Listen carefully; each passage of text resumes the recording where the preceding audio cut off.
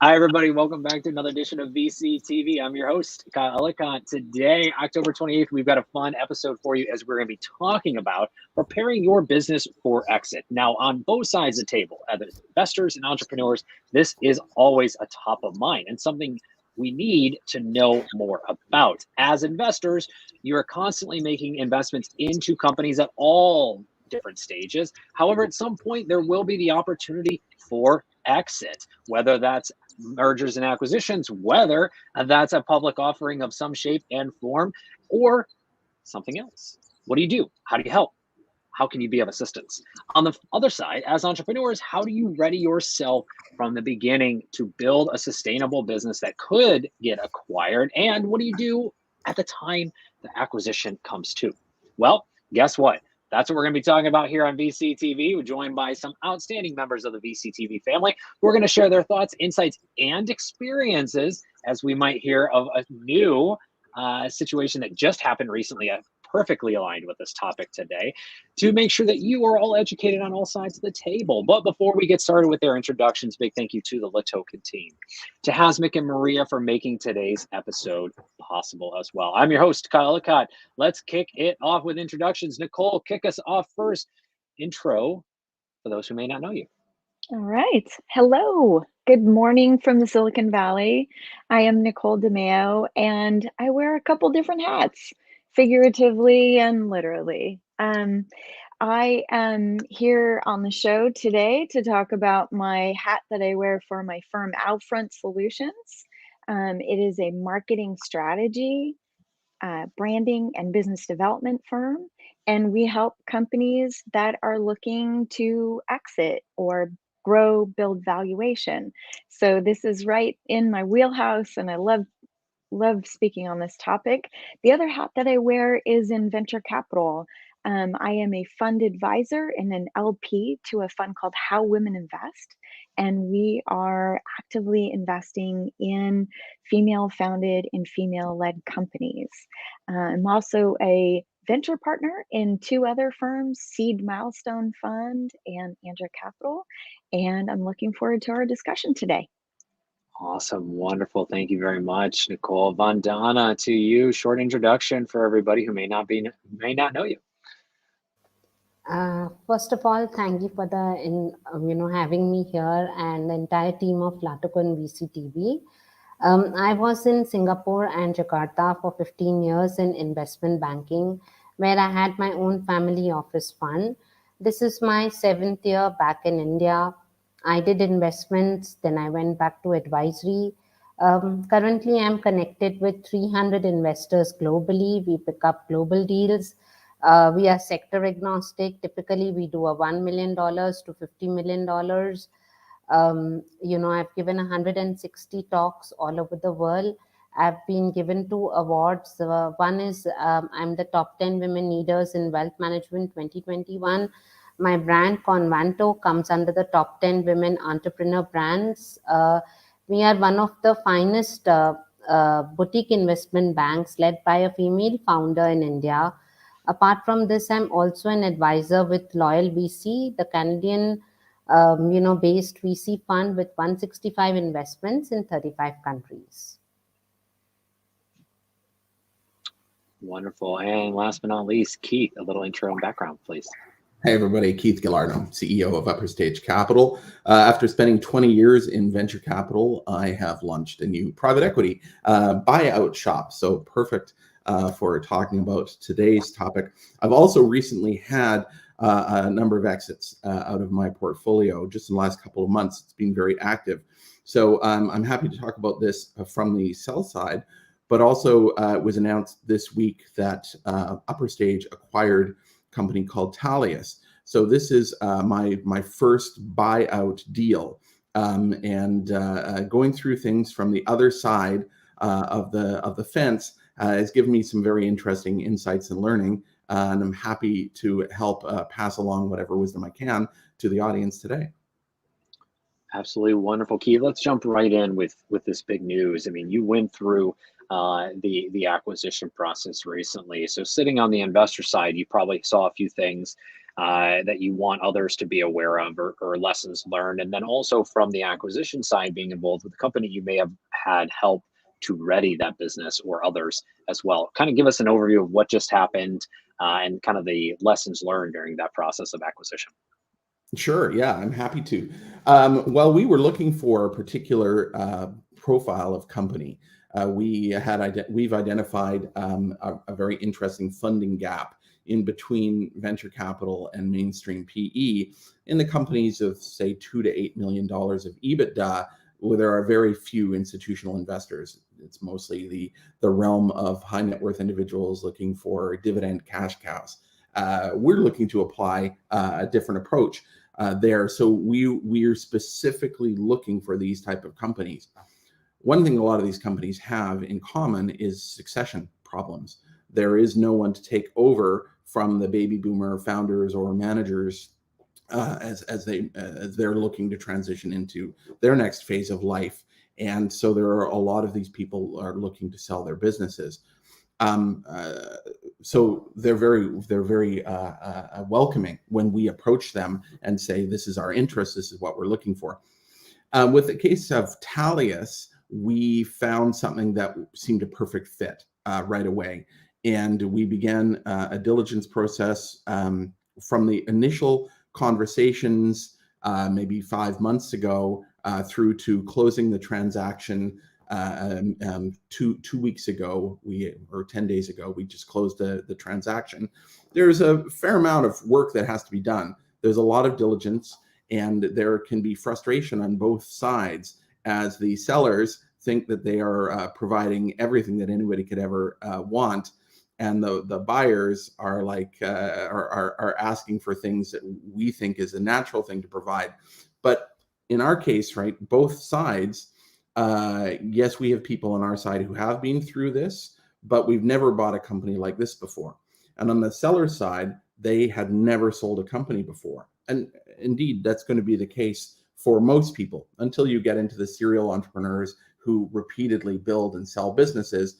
For most people, they are going to go through this process as a virgin, and they're going to be dependent on really good advice.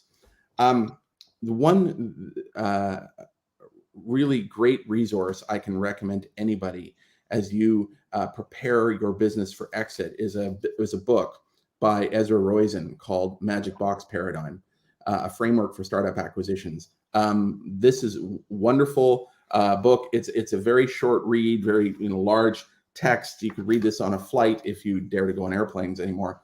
But this describes a business development approach to engage with multiple potential strategic acquirers and to get in bed with them and develop relationships that show them the potential value of what you're building. And that's different from what I just did. I bought an existing business that I knew what it was. It's profitable. I know what it generates every day. But if you're looking to sell a startup, you're looking to sell the potential. And that you do not want to sell based on what it's worth today. You want to sell on what it's worth tomorrow in the hands of your acquirer. This book, really great read. I recommend it highly. Just under 250 pages for those who may be looking at it as well. But a good resource, and thank you very much, Keith. Nicole, following up to you, and also Keith, congratulations to you and your team on the acquisition as well on both sides. Nicole, I mean, being a venture partner, working in this area, but also working on the marketing side, what lessons have you learned in preparing a business for exit or looking at that acquisition process for some of the funds that you may be working with in the diligence? Yeah. So congratulations, Keith, on the Talius deal. I'm really happy for you. And I love that book. And that actually mirrors the approach that I've taken. So I've been fortunate enough to have taken a couple of companies through some rather significant exits and acquisitions. The first was my own. I sold my own company back in the day to organic during the dot-com boom. But then after that, working with Glispa, we sold the company for 77 million. So lots of interactions and transactions that I've been a part of, and I really wholeheartedly agree with the BD approach to selling a business and positioning for exit. So I am actually right now in the process of positioning a company based out of Mexico for exit, and they have incredible technical talent, and that is a need in the marketplace right now. So positioning the company and telling the story of why and what their assets are, of course, what their IP is, and what those asset drivers are, but also, mirroring that with what are the market trends that are happening right now, where a strategic acquirer could ramp and scale the way that they need to. And so we're doing this exact same process as outlined in the Magic Paradigm, where we're speaking to a number of different potential acquirers across different categories, right? So it may be technology companies in this case. It may be a staffing company. And they can then take a look at the business, see what the assets are, see what the financials are, and and really see if perhaps this is a strategic acquisition that could help them with their growth objectives, their valuation, what have you. So yeah, it's really taking a methodical approach. It's doing really good comps. I can't emphasize enough how important it is to do your research.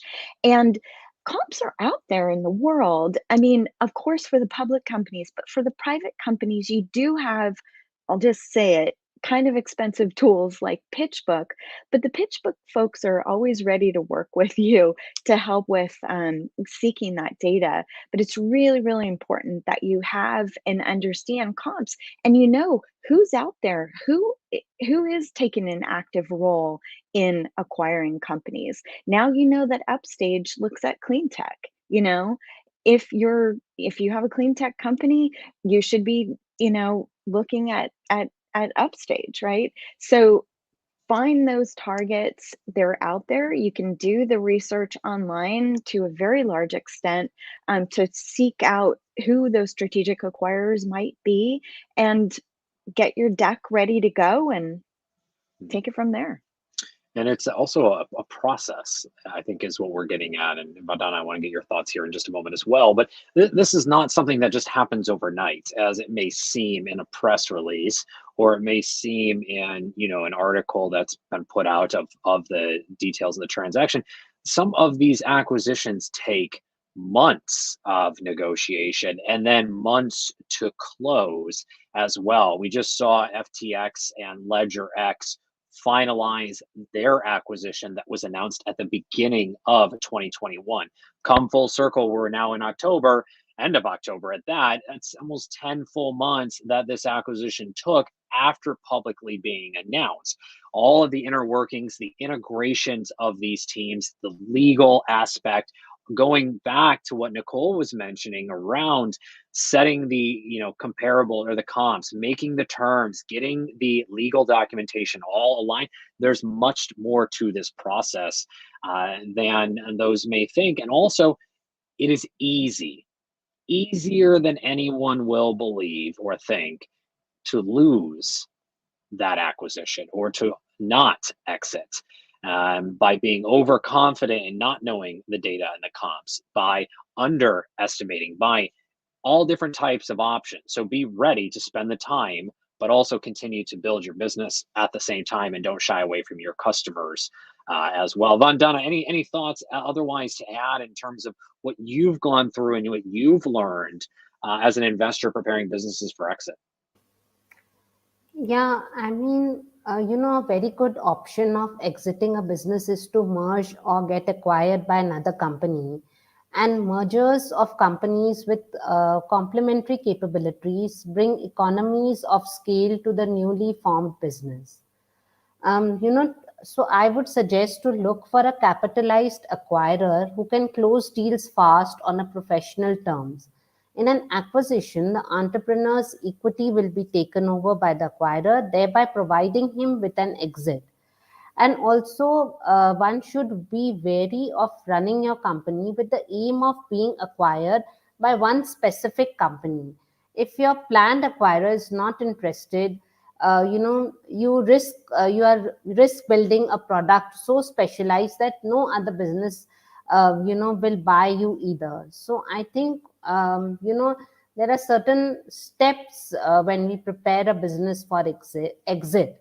And the first step should be to prepare your finances.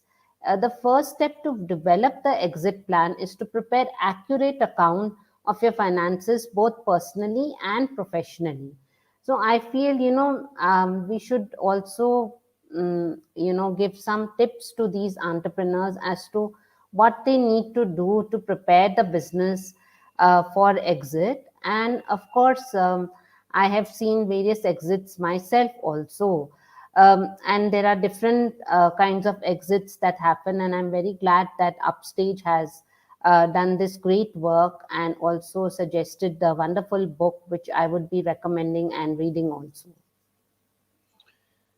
That's a good point in terms of different types of acquisitions. And I think Keith brought this out as well, is there's, acquisitions to particular pieces of a business units, for instance, IP, or specific assets, in addition to the entire business itself as well. And that's something to be aware of, is that as you build your business or you invest in businesses, you have this opportunity to kind of acquire or sell off various pieces of that, right? Again, intellectual property ownership or assets are just a piece of that. Keith, I see you unmuted. Anything to add? And then Nicole, I'll come back to you in just a second.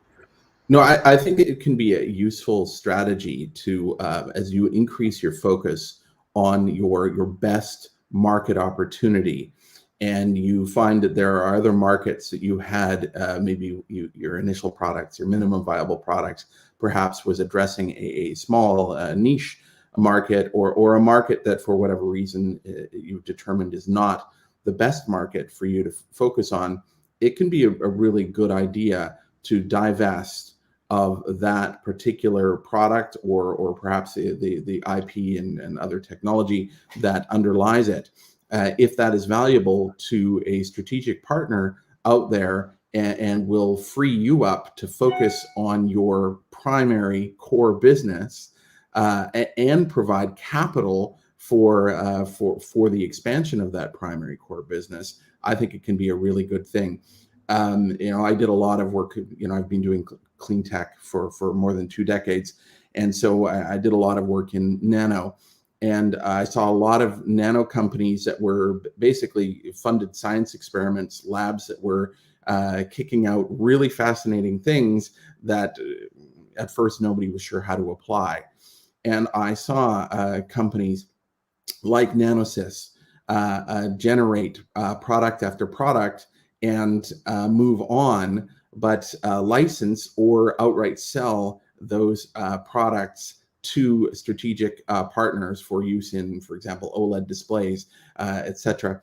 And that would be a really useful source of capital for them to keep their primary business going. So it's not an all or nothing story here. There are opportunities, but you want to make sure that you have it cleanly divided.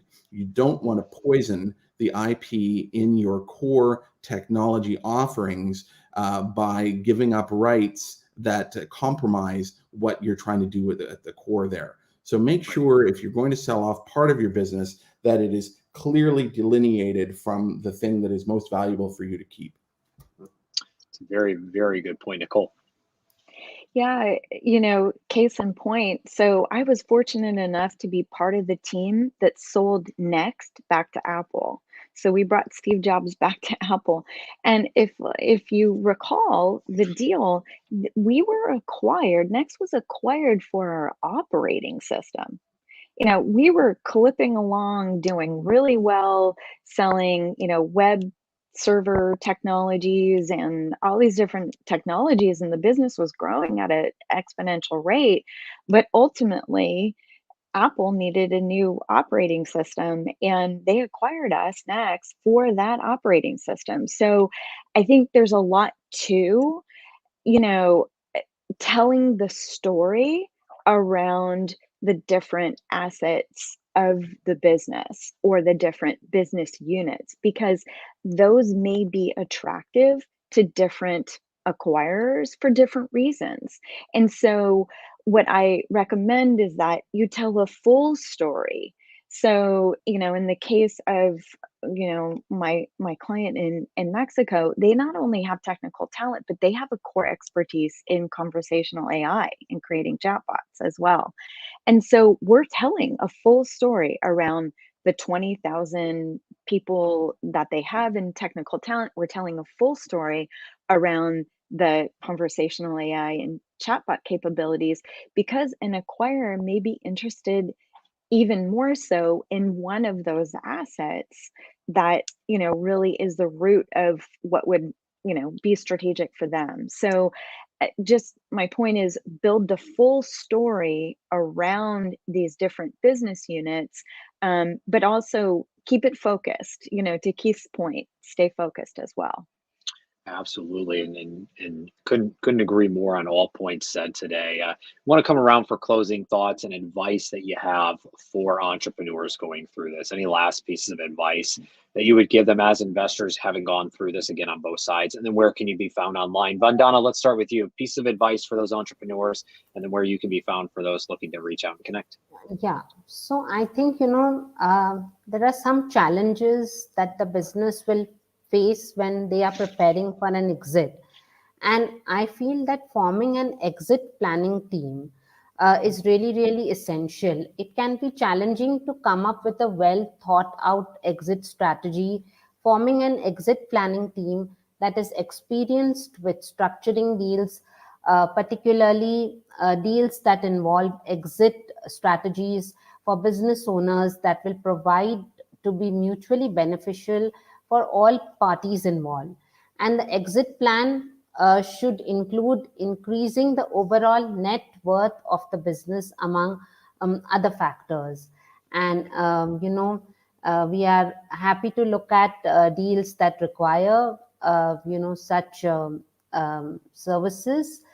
We could be reached out on LinkedIn or our website, www.convanto.com. Wonderful. Thank you very much, Keith. To you, closing thoughts of advice that you would have for all those entrepreneurs getting ready to go through this process, and then where can you be found? Yeah, I would say that your best chance of exit, of getting a really successful exit, is to engage with business development early and to get into bed with as many partners as you can. And there are lots of ways to do that. Divide up your market. Hopefully you've already done a really aggressive market segmentation exercise.